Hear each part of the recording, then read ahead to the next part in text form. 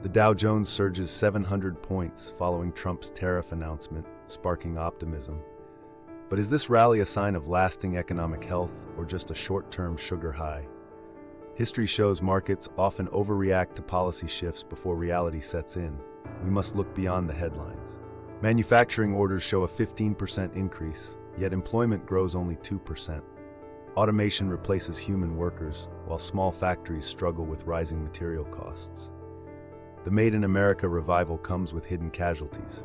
Productivity gains aren't translating to broad prosperity. Consumer prices jump 2.7% as tariffs increase import costs. A family's $100 grocery bill now costs $102.70, small change that adds up to $500 annually for average households. This hidden tax disproportionately impacts fixed-income seniors and working-class families. While minimum wage hikes help workers, small businesses face impossible choices. A Pennsylvania deli owner explains, "To pay $15 an hour, I must raise prices 20% or cut staff. This squeeze kills mom-and-pop shops while benefiting corporations that can automate." Corporate investment growth slows to 1.2%, half of 2023's rate. Interviews reveal CEOs delaying expansions due to policy unpredictability. One auto executive admits, "We can't commit $1 billion to a factory when rules change quarterly." Stability trumps patriotism in business decisions. China's retaliatory tariffs hit U.S. farmers hard, with soybean exports dropping 37%. European luxury goods become 25% more expensive for Americans.